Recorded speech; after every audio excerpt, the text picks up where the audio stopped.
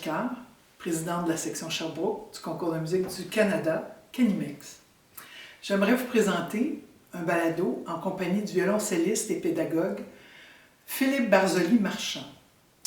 Notre sujet aujourd'hui, la pédagogie au violoncelle.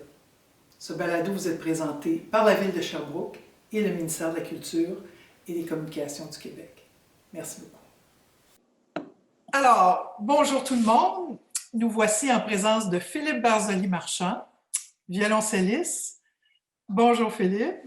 Allô Carmen. Un membre de notre CA national du Concours de musique du Canada depuis quelques années. Violoncelliste et pédagogue. Comment je pourrais te présenter? Professeur, on s'est rencontrés au Camp des Laurentides. Oui. Toi, professeur de violoncelle, moi, professeur de piano. Ensuite, c'est drôle parce que sur une caméra comme ça, je ne suis pas habituée, puis je te regarde, puis je ne suis pas sûre si on se regarde. Mais en tout cas, c'est vraiment amusant. Tu es aussi professeur à l'école, le Centre de formation musicale de Sainte-Rose. Exact. C'est ça. Ben écoute, Philippe, peut-être pour te faire connaître, parce qu'on t'a invité aujourd'hui parce qu'on veut parler des cordes, tu pourrais peut-être nous parler un petit peu de ton historique familial. Comment ça se fait que tu es devenu violoncelliste? Je viens d'une famille qui a toujours eu de la musique dans la famille de mes parents. J'ai commencé la musique très, très, très jeune. À 3 ans, j'étais au piano. J'ai même fait mon premier concert à 3 ans et demi. Oh, quand même! Oui, quand même. Le violoncelle est arrivé d'une façon rigolote dans ma vie. J'avais 6 ans.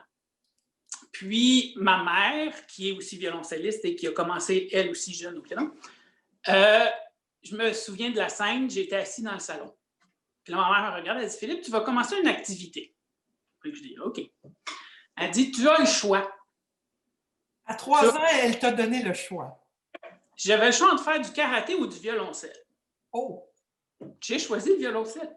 C'est bien, parce que tu as la carrure pour te défendre sans karaté. Oui, non, ça, ce côté-là, côté bouncer, ça va très bien. Donc, je me souviens, j'ai commencé les cours de violoncelle, j'avais 6 ans et demi. Puis la première fois que j'ai pris un violoncelle dans mes mains, je me souviens que ça fait comme « wow ». C'était comme « wow », intéressant. Intéressant. Donc, j'ai commencé le violoncelle à 6 ans et demi avec Suzanne Laramé, qui est un professeur qui est à Sherbrooke. Oui, oui. Puis ensuite, j'ai été dans la classe de Carole Sirois. Donc, pendant des années, j'ai été avec Carole Sirois et avec quelques coachings avec M. Walter Joachim. Donc, dans ces années-là, j'ai participé au concours de musique du Canada. OK. Ensuite, j'ai eu comme professeur Thérèse Ryan. Oui, bien connue. Par la suite, j'ai eu Christina Melnick. OK.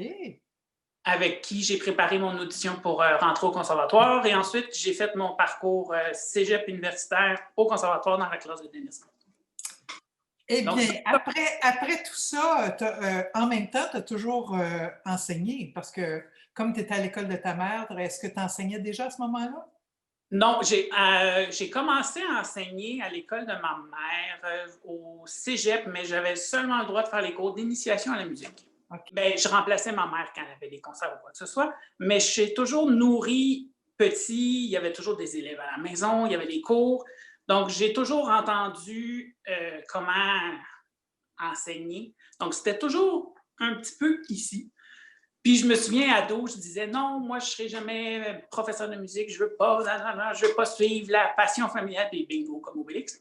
Donc, dès que j'ai commencé à enseigner, même l'initiation à la musique au tout petit, écoute, j'ai vraiment eu la piqûre, puis j'adore vraiment enseigner. J'adore jouer aussi, mais enseigner, c'est vraiment quelque chose que je trouve très agréable parce que je trouve qu'enseigner, c'est mieux comprendre son instrument. Dans notre questionnement de, bon, si on fait un concerto X, puis là, on a un démancheur à faire, on a un questionnement, il faut nous poser la question, OK, quel bras, comment ça bouge, où c'est je m'en vais? Donc, le fait de l'enseigner avec un élève te permet d'analyser la chose, mais de mieux comprendre aussi par toi-même le mouvement. Donc, j'ai vraiment une piqûre, puis j'ai vraiment beaucoup aimé enseigner, puis j'enseigne depuis ce temps-là, puis tu enseignes aussi dans des écoles secondaires. Oui, je suis professeur à la commission scolaire de Laval aux écoles Polyjeunesse et Cure-Antoine Labelle. Donc, dans la commission scolaire de Laval, il y a un grand groupe de concentration musique qui commence au primaire. Ce qui est formidable. Exact. Puis moi, je suis professeur de violoncelle pour les élèves au secondaire avec une super équipe de collègues. Alors, comment ça se passe maintenant? Parce qu'il Maintenant, faut quand même qu'on s'en parle. On a parlé des jeunes, nous, qui ont fait le concours en ligne et tout ça. Alors, comment ça se passe l'enseignement en ligne pour toi? je dirais que ça va relativement bien. Au départ, j'avais des appréhensions, comme tout le monde, mais je trouve que dans la situation mondiale qu'on vit présentement, ça pourrait être pire. Ça n'égale pas un cours face à face où je peux prendre le coude de mon élève et lui dire fais juste le lever un petit peu. C'est sûr qu'on n'est pas là. Mais je trouve que, surtout pour les ados, parce que j'ai une grande classe d'ados. Qui sont entre quel âge? Ils ont quel âge, les étudiants, à peu près? Ben écoute, j'ai des enfants qui sont en première année 6 ans. Okay. Ça va jusqu'à des adultes retraités qui ont dans la 70aine, là, 80 même. Là. OK. Mais surtout pour mes élèves au secondaire, disons, qui sont les élèves qui viennent au camp des musicales des Laurentides de l'été, puis que tout ça. Oui, que je rencontre à chaque été. Exact. Donc, eux, le fait d'avoir été en ligne, ben, on garde un contact d'un. Mais je trouve que l'enseignement en ligne, il y a certaines qualités versus l'enseignement one-on-one dans une classe. C'est que quand on s'installe, puis qu'on connecte, puis qu'on signale, l'élève est déjà accordé. L'élève est déjà installé. Ça, c'est déjà 5 minutes de sauver. Exact. Donc, quand l'élève arrive, bon, on s'installe. Surtout en violoncelle, c'est gros, il faut le sortir vite. C'est plus compliqué, il faut l'accorder, tout ça. Mais là, l'élève est prêt, donc on gagne déjà un 5, 6, 7 minutes, là. Ce que j'apprécie beaucoup. Ouais. Puis, des fois aussi, dépendamment comment l'élève est placé, on a un plus gros plan sur les mains. Ah, d'accord. Donc, la concentration est à certains endroits spécifiques. Exact. Donc, on voit vraiment, je prends comme exemple, c'est comme si on est je me mets en troisième position, je peux vraiment me concentrer et c'est vraiment plus gros que quand on est dans une classe loin. Oui, puis encore moins une classe avec un plexiglas qui nous divise les deux. Oui, oui, oui. Donc, je trouve quand même qu'il y a du bon. Okay. C'est sûr qu'on ne peut pas jouer en même temps que l'élève, on ne peut pas faire des duos, c'est sûr que ça, c'est pas pareil. Il n'y a pas de coaching avec piano. Bon. Mais je trouve que ça nous permet de travailler un autre type de travail. Est-ce que tu trouves que, excuse-moi, est-ce que tu trouves que tes étudiants, au niveau de l'intonation, parce que c'est quand même quelque chose d'important pour les cordes, est-ce qu'ils y perdent quand même un peu? Pas vraiment. Non. J'ai pas vraiment remarqué de changement en intonation, mais j'ai pas parti d'élèves en Zoom. Ah, OK. Un élève débutant en Zoom, je ne l'ai pas fait encore. OK. Parce que c'est plus... Là, ça va être plus costaud, disons. Oui, c'est très physique. Il faut les placer, il faut... c'est ça. Placer l'oreille. Placer l'oreille, puis aussi le violoncelle, comme le violon ou le piano, il y a un contact qu'on doit avoir avec les bras, comment placer. Même si on l'explique, se mettre à côté puis placer la main, ça a un certain avantage aussi, là, de compréhension. Mais sinon, dans l'ensemble, je trouve que ça va relativement bien. Puis, ce que j'apprécie beaucoup, c'est j'ai beaucoup d'élèves dans une semaine. Là. Il y a des années, je peux me ramasser à 55 élèves semaine. Oui, je sais que tu es assez... Oui, mais cette année, j'en ai un petit peu moins et j'en ai... C'est ça, oui. J'aime peut-être mieux ça. Mais c'est qu'on perd beaucoup moins de temps. Faut être beaucoup plus organisé. Par contre, dans notre cours, il faut avoir une horloge pas loin parce qu'on sait qu'on a tout de suite l'autre élève qui attend et tout ça. Mais dans l'ensemble, je trouve quand même que ça va relativement bien. Est-ce que, tu sais, parce que, bon, tu as fait le concours du Canada puis tout ça, Alors, c'est sûr que dans le lot, il y en a qui se démarquent. Est-ce que tu le vois de la même façon? Les étudiants qui se démarquent, tu penses qu'ils vont continuer en musique, qu'ils vont vouloir aller au conservatoire, faire des auditions? Je vois un changement. Oui. C'est sûr qu'un élève qui se démarque puis qui dit moi, je veux être musicien plus tard, OK, on y va, je t'encourage, je t'aide, on va avoir plus de cours, on va avoir des coachings avec piano. C'est sûr, ça demande plus de travail. Mais je suis un professeur qui travaille toujours dans la bonne humeur. Mm. Moi, il faut toujours que ce soit, on rigole, on a du plaisir.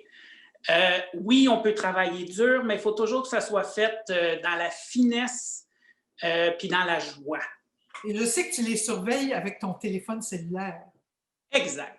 Ce C'est qui est ça. très, très, très agréable de la technologie, surtout en Zoom, c'est que pendant que l'élève joue, toi, comme professeur, tu prends ton cellulaire et tu prends l'élève en photo. Mais tu peux prendre plein exemple sur son coude trop bas ou sur sa main. Puis là, ensuite, pendant qu'il joue, tu peux lui envoyer à son adresse texto, il reçoit la photo et là, tu lui dis, regarde, ton coude, là, monte ça. Ah, Donc, quand même, c'est intéressant. Donc, il y a toute cette interaction-là technologique, puis les oui, étudiants sont habitués. oui, puis il faut se servir aussi de la technologie. Oui, Puis, il y a aussi une phrase que j'aime beaucoup, c'est qu'une image vaut 1000 mots. oui. Donc, même si on répète pendant 40 cours, lève ton coude, lève ton coude, lève ton coude, à un moment donné, tu prends une photo, paf, l'élève le voit que son coude est trop bas, puis, ah, OK, oui, je le vois. Puis quand tu Donc, dis une image, ça peut être aussi de l'enregistrer sur le fait puis d'y renvoyer. Il l'entend aussi, tout de suite.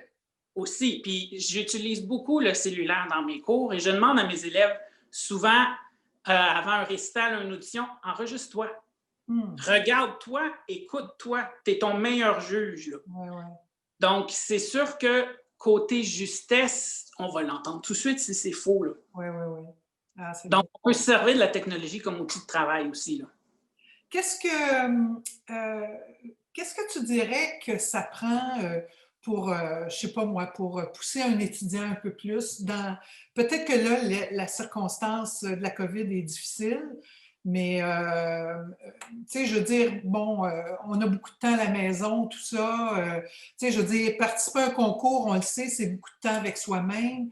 Oui. Est-ce que tu penses que les étudiants ont moins de ténacité ou ils peuvent embarquer dans des projets comme ça avec la COVID? C'est vraiment, c'est du cas par cas. C'est du cas par cas. Hein?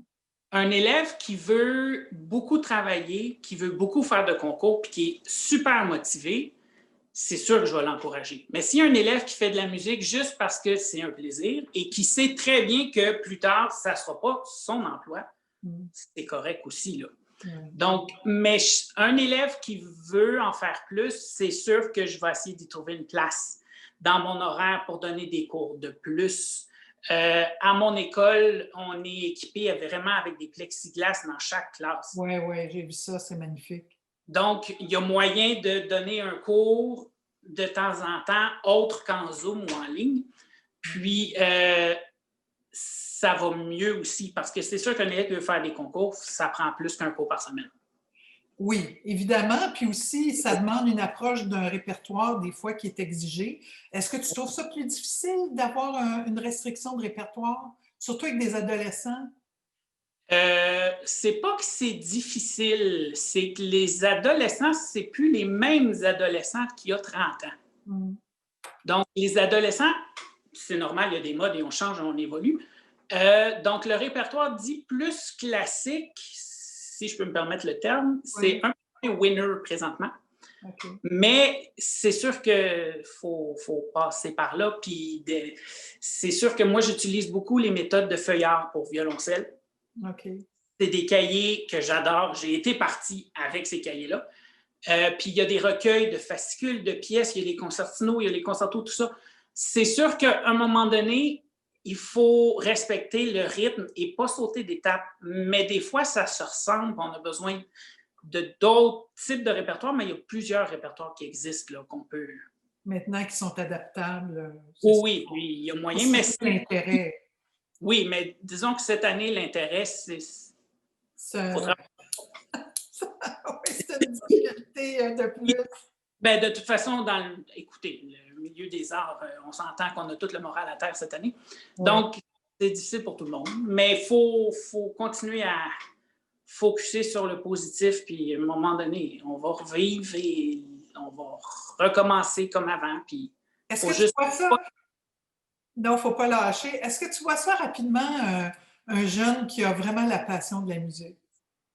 Est-ce que tu penses que ça s'implante tranquillement ou ça t'est arrivé là, d'avoir des étudiants que tu dis, bon, eux, ils ont comme ce feu-là? En général, ça se voit assez vite, je trouve. Ouais. Un élève qui est, disons, surtout quand tu vas au secondaire en musique, c'est que tu as fait ton primaire en musique, tu as fait de la musique toute ta jeunesse, même si tu es encore jeune, mais là, tu fais le choix d'aller en musique. Donc, déjà là, ça démontre un intérêt que tu n'es pas allé en arts-sciences ou sport-études ou tu as choisi d'aller en musique. Puis, c'est sûr que dans ces groupes-là, il y en a quelques-uns qui se démarquent de plus du lot.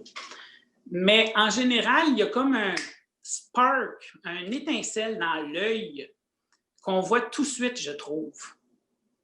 Dès qu'un élève commence à jouer, on voit, je ne sais pas trop comment le décrire, mais dans les yeux, il y a un petit quelque chose qu'on fait comme « Ah! » Puis ensuite, quand j'en vois un, là, dans le répertoire, des fois, je vais glisser peut-être un exercice ou quelque chose juste comme peut-être une petite marche de plus, voir la réaction. Puis souvent, ça fait comme « OK, oui, j'en veux d'autres, oui, j'en veux d'autres. » Puis ça commence. C'est ça, on voit l'avidité ou le confort aussi avec l'instrument. Oui. Quelqu'un qui est à l'aise avec l'instrument, qui a plus de facilité. Mais comme on dit, ça prend de la ténacité parce qu'on sait la difficulté de l'instrument. Oui, c'est gros et c'est loin. Oui, c'est ça, exactement. Écoute, moi, je te demanderais, tu sais, parce que bon, on s'implique dans le CMC puis tout ça, comment tu vois ça, les concours pour former un professionnel en musique classique? C'est sûr que c'est formateur. C'est sûr, sûr, sûr, sûr. Être musicien classique, professionnel, ben, pas nécessairement classique, peu importe le musicien puis le type de musique, là, être sur scène, là, devant public, puis il faut que tu joues ton concerto, c'est intimidant. Et c'est exigeant.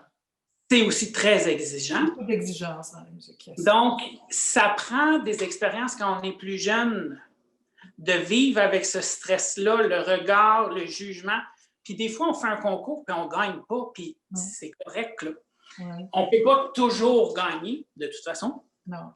Puis, c'est dans ces moments-là qu'il faut prendre conscience de « OK, bon, j'ai fait une erreur dans telle place, j'ai pas plu à tel juge, ou bon. » Mais c'est ça qui forme la couenne du musicien.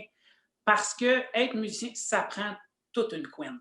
Oui. Est-ce que tu trouves que chez les cordes particulièrement, le fait qu'ils fassent de l'orchestre, est-ce que ça les aide à affronter la scène ou c'est une dynamique qui est trop différente?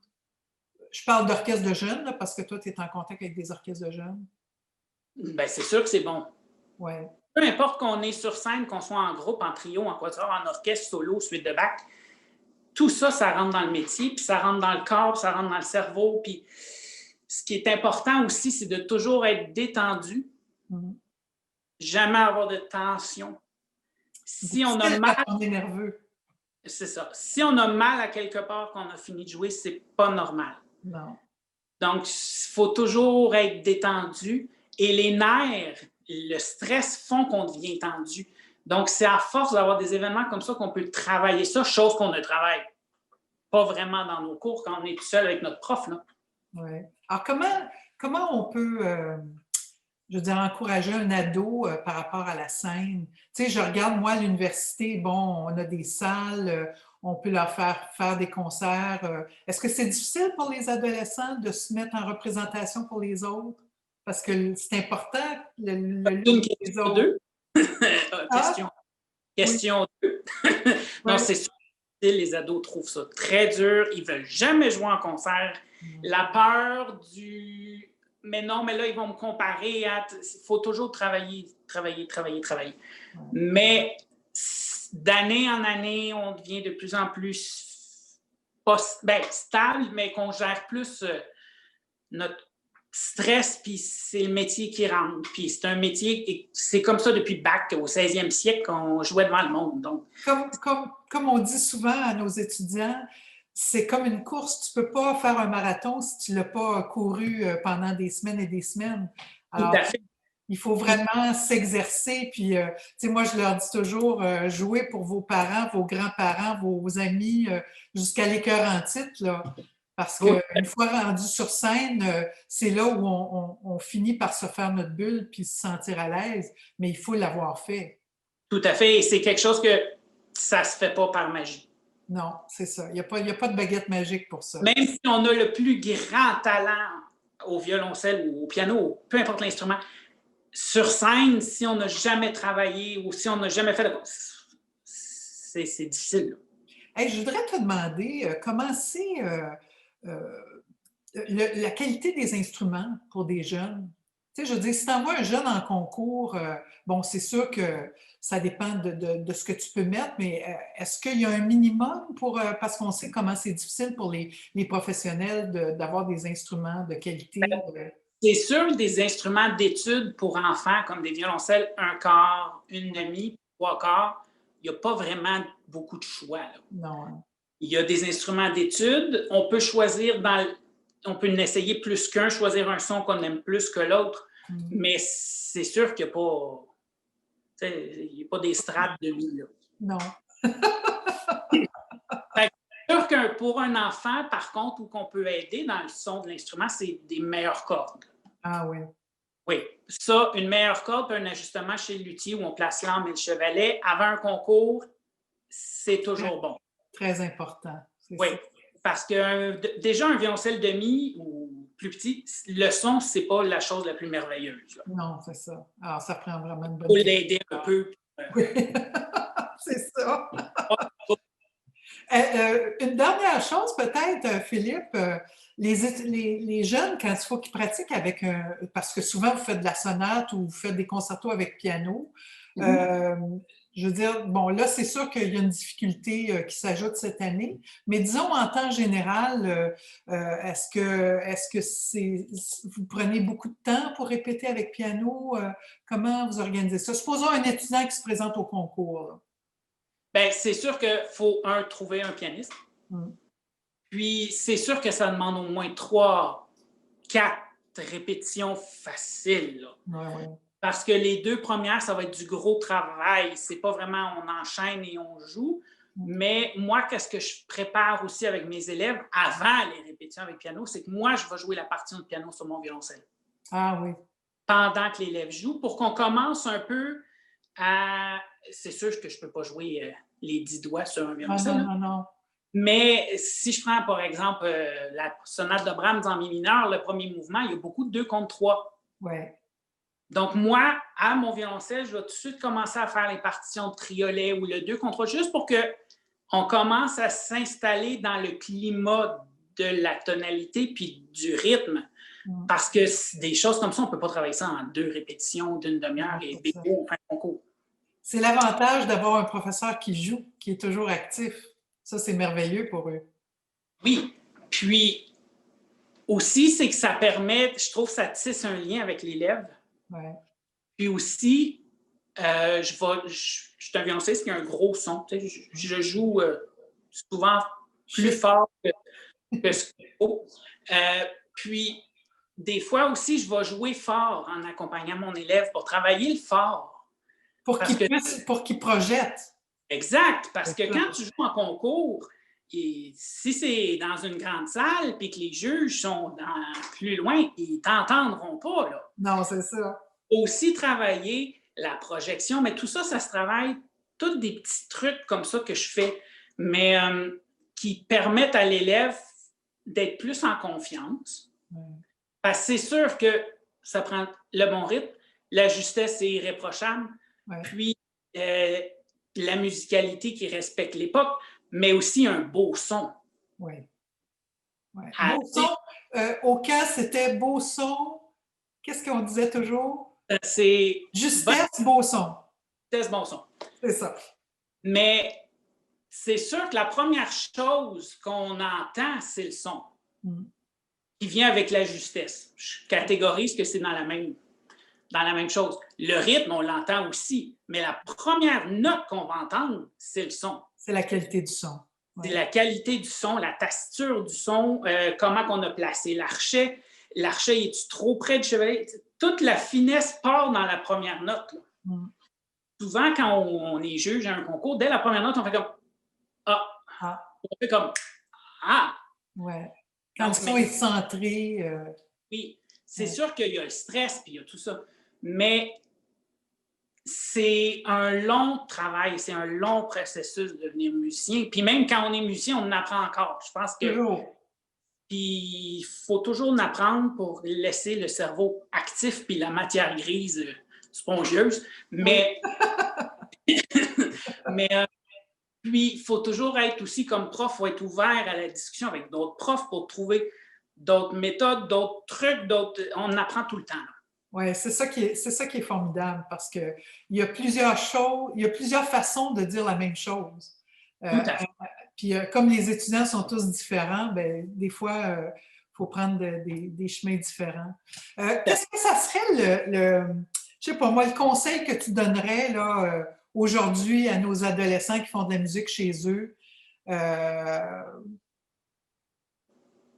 serait quoi à penser? Ben, je sais pas, moi, pour leur garder le feu, de faire de la musique, d'être sensible aux arts.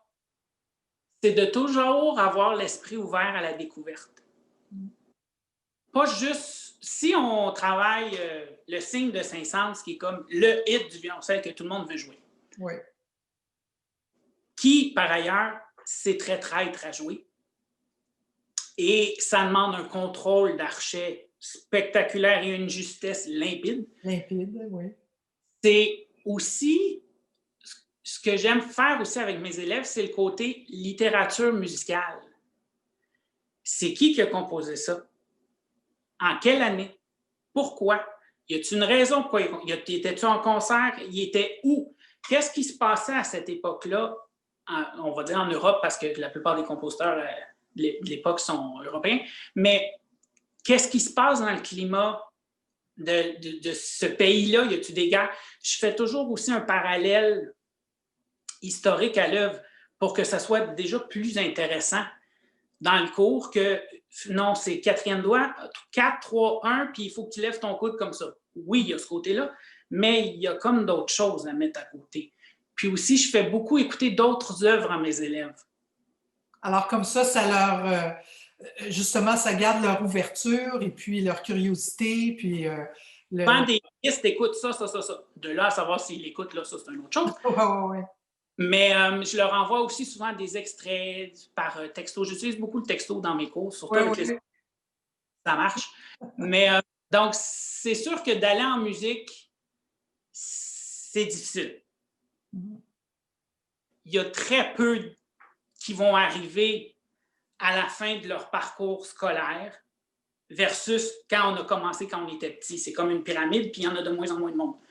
Puis ensuite, ben, on est sur le marché du travail et des emplois, il n'y en a pas beaucoup. Puis présentement, il n'y en a comme pas. Mais c'est sûr que ça demande, il faut qu'il y ait un feu sacré à l'intérieur. Un élève qui a un feu sacré, je vois ça un peu comme un cadeau, comme prof. Parce que ce n'est pas tous les élèves qui sont comme ça. Puis il faut respecter l'essence de l'élève. Si c'est un élève qui fait ça par passion puis qui aime ça, on va dans cette direction-là. Mais si c'est un élève qui veut toujours être nourri, il faut le nourrir. Oui, exactement. Puis, c'est ça qu'on remarque aussi quand un jeune, même s'il est nerveux, quand il monte sur la scène, si je prends au Concours du Canada, les juges, ils voient un étudiant qui est allumé par sa musique, qui n'est pas tanné de faire la même phrase, qui est content de la rejouer, de s'exprimer à travers ça. Puis, un élève qui est en concours puis qui a un côté nerveux qu'on décèle, il ne faut pas prendre ça comme un défaut quand on est juge. Oui, il faut se mettre aussi dans la peau de l'élève. Tu sais, nous, comme juge, qu'on est un adulte, qu'on a fait pendant des années, puis qu'on a tout notre métier en arrière de la cravate, il faut se mettre si c'est un élève qui a 10 ans, ça se peut qu'il soit nerveux, qu'il soit intimidé, mais il faut aussi se mettre dans la place du jeune, puis c'est sûr que le 30 premières secondes, il va avoir un petit quelque chose de nervosité, mais après ça, il faut pousser à ce que ça se développe, puis on entend dans le son, puis il faut quand même être conciliant que c'est exigeant. Là. Bien, la nervosité aussi, c'est un signe qu'ils veulent bien faire. Tout à fait. C'est un signe qui, tu sais, et on a toujours l'espèce de chapeau de la perfection, mais c'est pas vrai qu'on recherche la perfection. Je veux dire, oui, il y a beaucoup de détails, il y a des choses importantes, mais je veux dire, on a besoin de quelqu'un qui a le goût d'être là en avant puis qui a quelque chose à dire. Exact. La perfection, pour le moment, ça n'existe pas. Là. Non. Déjà. Il faut avoir une très, très, très haute qualité. Oui. Oui. Mais c'est à la base, la musique, c'est un art. C'est un son qu'on entend dans l'oreille. C'est une émotion. La musique, c'est le prolongement de l'âme. Ouais. C'est comme un monde en soi. C'est un monde qui... Ouais. Tout à fait. Et c'est un monde qui est pareil depuis tellement longtemps. Ouais. T'sais, on joue encore la musique de Bach, on joue encore du Monteverdi, puis on est en 2021. Ouais. Mais ça a été composé il y a tellement longtemps, mais qu'on le fait encore parce que ça vient nous chercher une émotion, quelque chose. Là. Et aussi, je pense que on ne peut pas réinventer tant que ça. Je veux dire, maîtriser un instrument à cordes, c'est la même chose que le maîtriser il y a de ça 100 ans ou il y a de ça 200 ans. Je veux dire, il y a des qualités de base qui sont essentielles pour être capable justement d'être un artiste puis de se l'approprier puis d'être capable de s'exprimer à travers ça. Ben, écoute, je suis contente que tu fasses partie de la famille CMC, c'est le fun. Et puis, on a hâte de te réentendre. Puis moi, j'ai hâte de rejouer avec toi. Moi aussi, j'ai hâte de faire des concerts. Là, les concerts, ça commence à me manquer un peu. Ça commence à nous manquer. En tout cas, nos concerts au Camp des Laurentides, on a bien du fun. Toujours. Ben, Philippe, je t'aime beaucoup, puis je te remercie beaucoup, beaucoup. Ça fait plaisir, puis merci beaucoup. Merci, puis bonne année 2021. Carrément. Bye. Ciao.